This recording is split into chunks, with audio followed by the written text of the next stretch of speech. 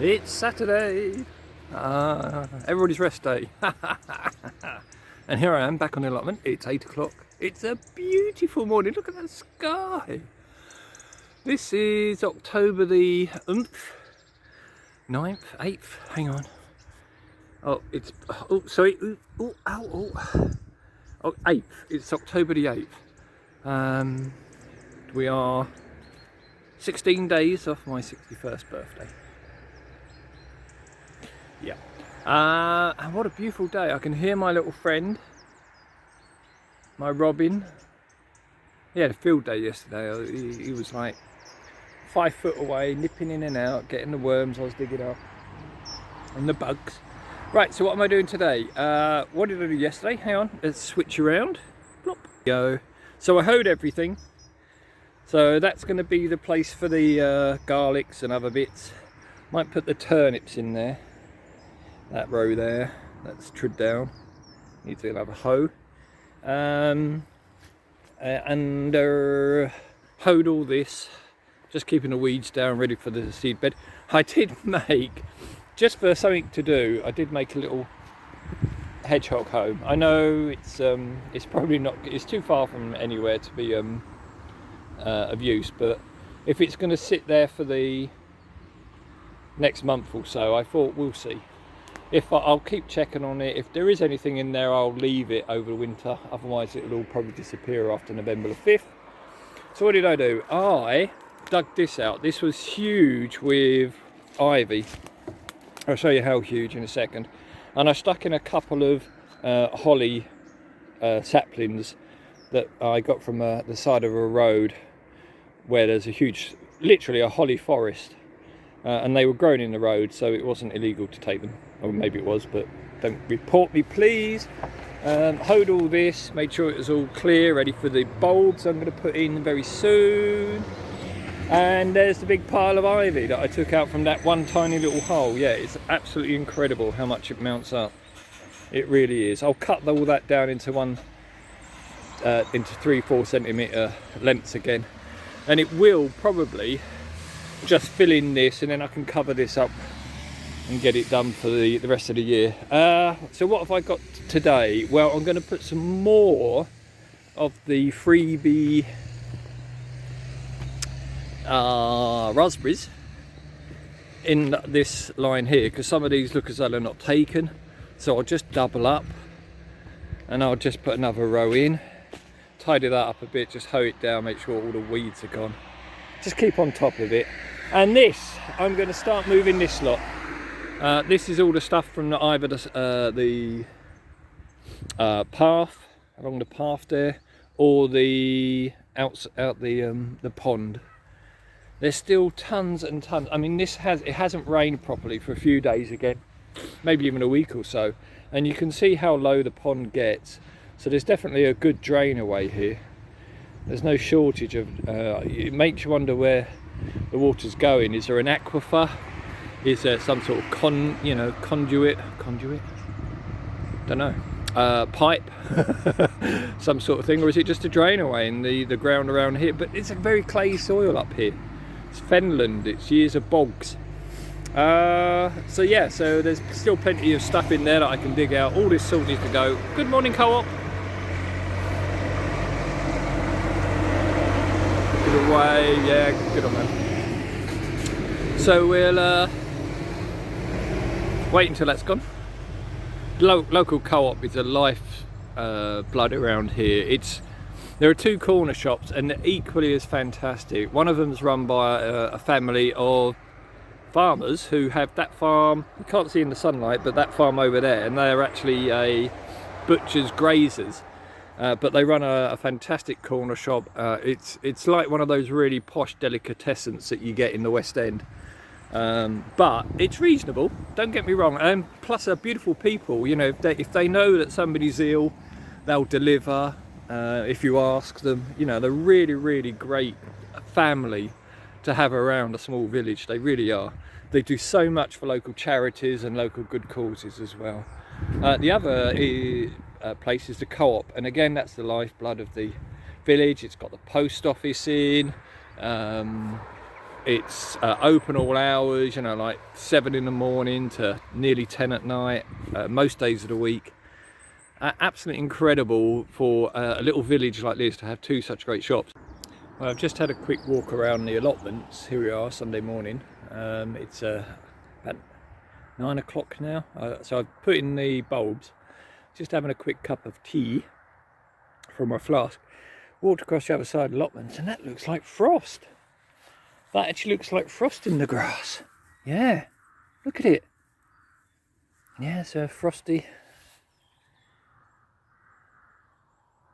That's only in this part of the allotment, so I don't know how much frost there was on other parts. I can't tell, obviously, because the ground's been warmed by the sun over in that part. But this part's still in shade, look. So the sun's the other side of these bushes, these trees.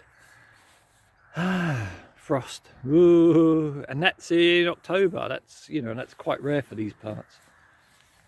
That's because it's you know, this unseasonable blue sky. Look at it. Yeah, there's a few clouds there, but nothing to speak of. Look, gorgeous. Look at that colour.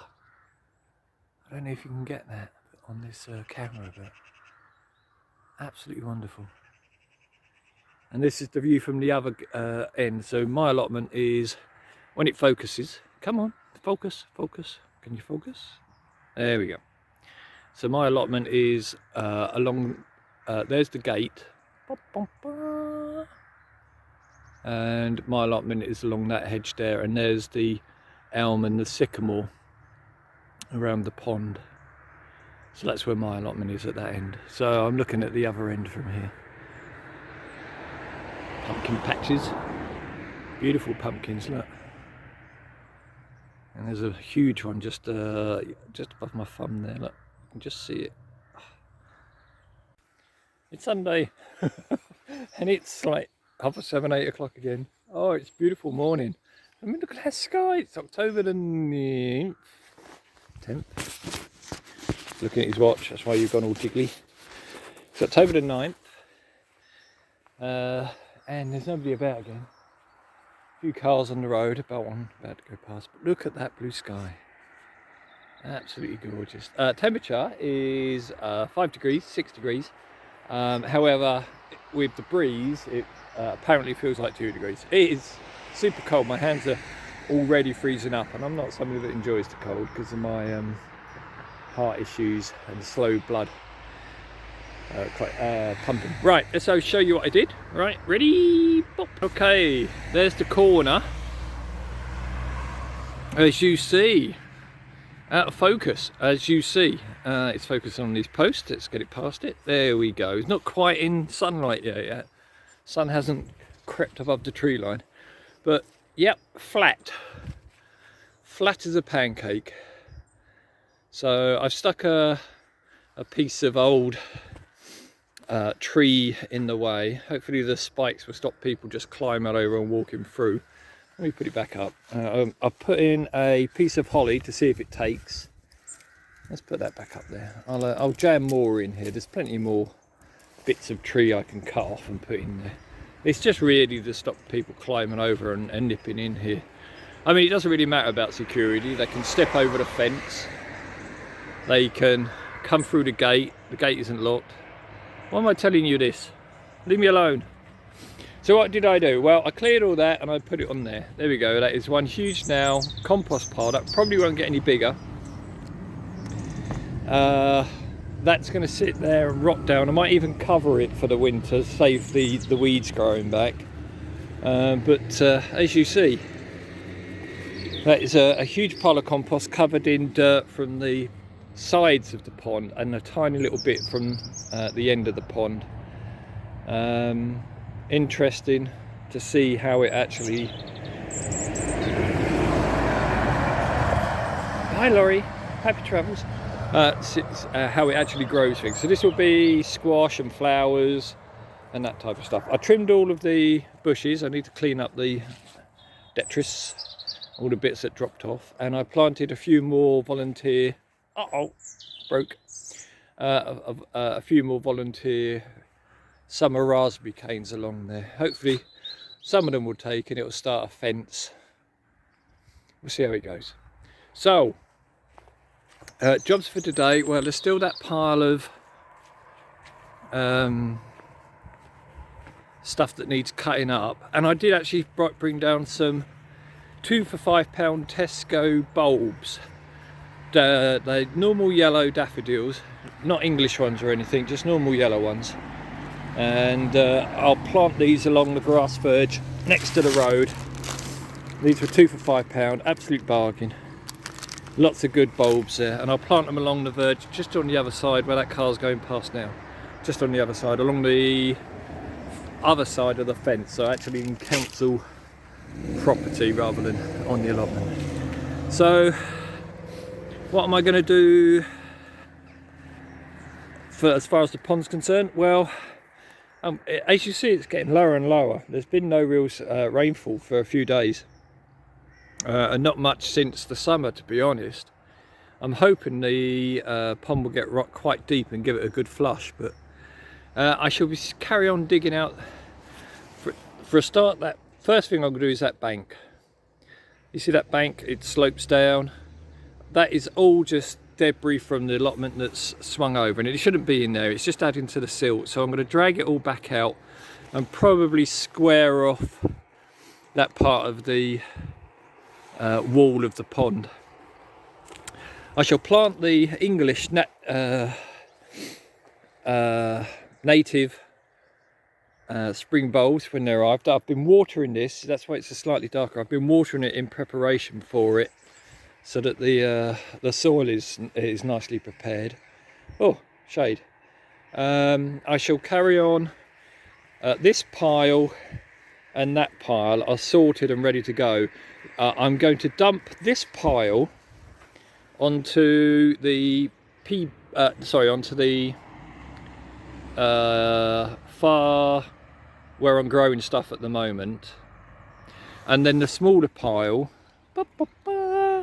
can go onto the pea bed at this end and a bit at the far end where I've not planted field beans, and that will be ready for next year's beans then. But it's basically to replace good fertile soil that's probably had loads of leaf mould, and it's just compost material that's been thrown against the side of the pond and left to rot, building up, and you know, it should have been put back into the soil. Breaks my heart to think all the years of all that silt in there. Look at it.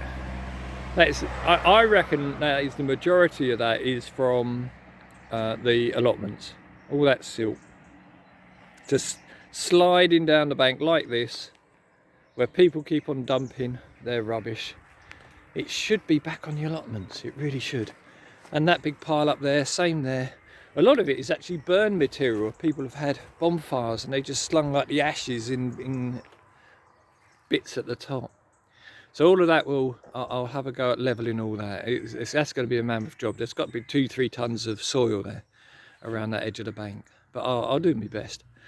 This one's about ready. I'm going to probably grass the first ½ metre and a bit down the bank, get rid of the weeds, and I'll put in grass seed, and that will bind the bank and stop it sliding any further. And the same along this bit here. Now what I intend to do with this one, actually, not grass, sorry, my bad, is cut a channel down here, and I want to find paving slabs so I can sit on the bottom ones and ponder the pond. But I'll put like the rockery, the best stones out what I found, I'll put like a rockery up at the side with herbs, and then the rest can be put down to bulbs and wildflowers and other seeds. I've got some more irises and so on and so forth. Yeah, and then I'll grass all this area. I'll put a little bit of grass in here, probably a bed, some sort of flower bed here, but I'll grass all this area here, and all along there I'll grass. This is where I'll be putting the bulbs today, the daffodil bulbs, all along that bit there. So that's the plans. My hand is freezing. It's gorgeous again, sunny all day again. What we're going to do is take a lot of these, woo, down to the allotment and plant them out. Now, what we're going to do is just talk about garlic gate, the tale of two garlics. If you remember, we're doing an experiment. I bought this, what's it called? Yep. Solent white. I bought 20 bulbs, but 22 turned up. And they were £3.99. I called it £4 for the sake of maths. Now I planted 20, so there's 1, 2. Wait, no, I can see just a little peak there. See a little green tip, so we'll count him. He's not done anything. That's 2. So 3 haven't come up. So that's 17 out of 20. It's the state of the 99 pence of shop bought garlic. It is meant to be organic, so no chemicals involved. And we have 1, 2, 3, 4, 5. None of those seems to have come out. Strange. 6. Nope. 7, 8. So we've got 8. But we've also got 1 whole bulb left and a handful of little garlics left. So even on that, you know, that's 8. That's less than 10p. So this is going to be something over 20p per garlic, and this is going to be 10p per garlic. And we've still got a whole clove left. And I will plant everything I've got left over. These 2 and these. I'll plant them all down at the allotment today, and we'll see if they take. Where are you going? What are you doing? Scampering around like a good un. What are you chasing? Come on. Wait. Come on. Come on. Come on.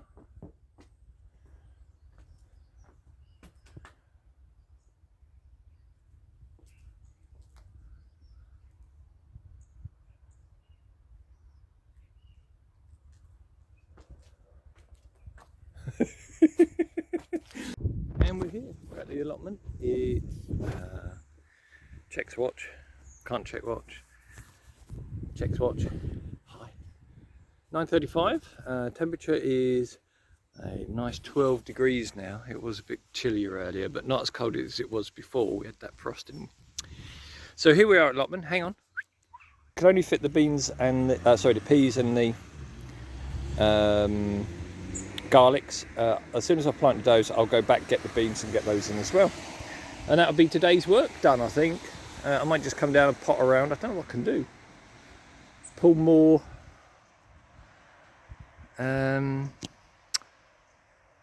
ivy, I guess.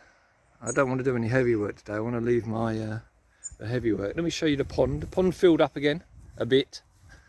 Still isn't as high as I'd like it. All that rubbish, it's mounting up. I need to start taking that to the waste bin. But I mean, that's all the metal and glass on top. There's all the plastics below and a bit more glass bottles, whole glass bottles. Obviously somebody enjoyed a beer down here and enjoyed throwing the bottle in the pond. I'm sure there's a few more in there that I haven't found yet. So the pond filled up again. That duckweed is beginning to get a bit invasive. I'll pull some of that out later on. And the grass needs to, I don't know what the grass is going to do. I don't know if it'll die or Doesn't seem to be dying. Anyway, down there, you'll see a little wire ring that I got off Nigel, who's 2 plots down from me, and he gave me those. Hi, Shadow. And he gave. I've got long legs, and he gave me those little green stalks there. Those are proper pondweed, pond plants. So experiment, see if they take. They are quite vigorous in growth as well, so hopefully they'll spread out a bit and we'll get a bit of oxygenation in there. Barbed wire. We're very strict here. We put barbed wire around the pond to keep the toads and the frogs in. Right, okay, on with work. Enough joking.